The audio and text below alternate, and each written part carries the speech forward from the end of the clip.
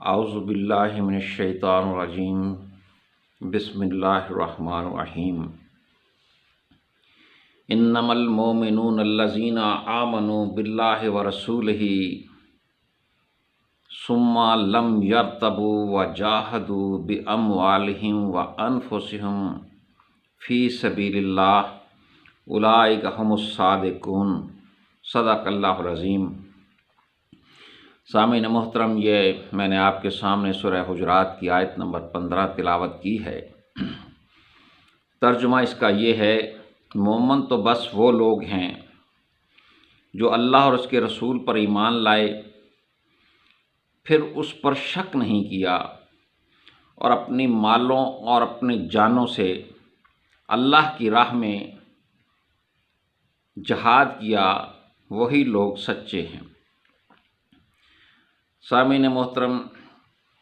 ایک تو یہ آیت مبارکہ ہمیں بتاتی ہے کہ مومن کون لوگ ہوتے ہیں،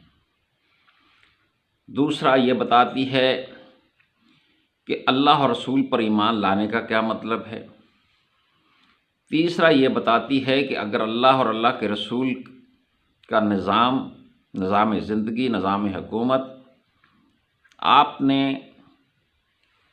آپ اس کا اقرار کرتے ہیں، تو پھر اس ایمان کے تقاضوں کے اوپر کسی قسم کا شک نہیں کرنا،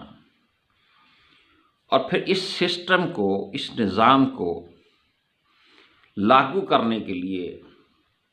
دنیا کے اوپر غالب کرنے کے لیے آپ کو اپنے مالوں اور اپنی جانوں سے اللہ کی رضا کے لیے جہاد کرنا پڑے گا، کوشش کرنی پڑے گی، سر توڑ کوشش کرنی پڑے گی۔ جب آپ یہ کریں گے تو پھر آپ سچے مومن کہلائیں گے۔ اولئک ھم الصادقون، وہی لوگ سچے ہیں۔ لہذا یہ بات سوچنے کی ہے، جیسے سورہ بقرہ کی آیت نمبر 8 کے اندر اللہ تعالیٰ نے کہا کہ وَمِنَ النَّاسِ مَن یَقُولُ آمَنَّا بِاللَّهِ وَبِالْیَوْمِ الْآخِرِ وَمَا هُم بِمُؤْمِنِینَ، اور لوگوں میں سے کچھ ایسے ہیں جو کہتے ہیں کہ ہم ایمان لائے اللہ اور روز آخرت پر، حالانکہ وہ مومن نہیں ہیں۔ اس کا مطلب یہ ہے کہ محض زبان کے اقرار سے کہ ہم ایمان لے آئے اللہ کے اوپر، کلمہ شہادت پڑھ لیا، لا الہ الا اللہ محمد رسول اللہ صلی اللہ علیہ وآلہ وسلم کہہ لیا، تو اس سے انسان قانونی طور کے اوپر مسلمان تو ہو جاتا ہے، لیکن مومن وہ اس وقت تک نہیں ہوتا جب تک وہ اللہ اور اس کے رسول کے اوپر ایمان کے تقاضوں کو پورا نہیں کرتا، اللہ اور اس کے رسول کی اطاعت نہیں کرتا۔ جیسا کہ سورہ نساء کی آیت نمبر 69 کے اندر اللہ تعالیٰ نے انعام یافتہ لوگوں کا ذکر کیا ہے، وَمَن یُطِعِ اللَّهَ وَرَسُولَهُ فَأُولَئِکَ مَعَ الَّذِینَ انعم اللہ علیہم من نبیین والصدیقین والشہداء والصالحین وحسن اولئک رفیقا۔ جو لوگ اللہ اور رسول کی اطاعت کریں گے تو وہ ان لوگوں کے ساتھ ہوں گے جن پر اللہ نے انعام کیا، یعنی نبیین، صدیقین، شہداء اور صالحین۔ اور اللہ تعالیٰ فرماتے ہیں کہ یہ بہترین رفیق ہیں، اور ہم بھی ہر نماز کے اندر اللہ تعالیٰ سے کہتے ہیں کہ اللہ تعالیٰ،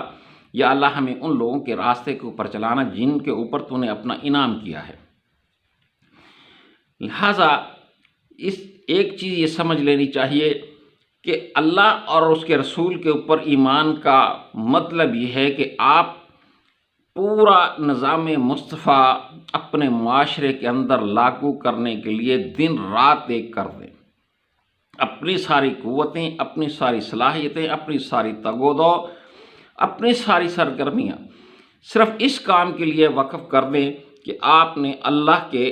نظام حکومت کو، نظام مصطفیٰ کو اس ملک کا قانون بنانا ہے، اور اللہ اور اللہ کے رسول کے اوپر ایمان لانے کا یہ بھی تقاضا ہے کہ پھر شک نہ کیا جائے کہ یہ اسلامی نظام دنیا کے اندر عدل قائم نہیں کر سکے گا، یہ اسلامی نظام دنیا کے اوپر غلبہ حاصل نہیں کر سکے گا، یہ اسلامی نظام دنیا کے کسی مسئلے کو جو معاشرے کو درپیش ہوں اس کا حل پیش نہیں کر سکتا۔ یہ نظام آج کے دور میں چل نہیں سکتا،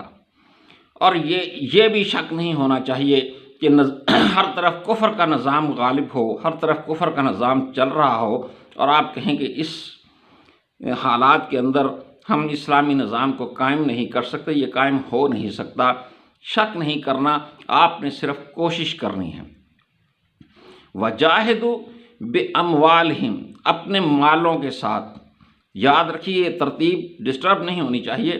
بِأَمْوَالِهِمْ وَأَنفُسِهِمْ، پہلے مال ہے پھر جان ہے، اور اگر اکٹھے ہیں تو پھر تو سونے پر سہاگا ہے کہ آپ نے اپنا مال بھی اس راستے کے اندر خرچ کرنا ہے۔ تگو دو سرگرمیاں، اس کے اوپر ظاہر مال خرچ ہوتا ہے، معاشرے کے غریب غربا کو اوپر اٹھانے کے لیے، مضبوط کرنے کے لیے، تاکہ وہ معاشرے کا کارآمد حصہ بن سکے، اس کے اوپر آپ کو اپنا مال بھی خرچ کرنا پڑے گا، اور اپنی جان، قابلیت، اہلیت، کوششیں، محنت، ہر وقت اسلام کے نظام کو قائم کرنے کے نفع نقصان کو سوچنا،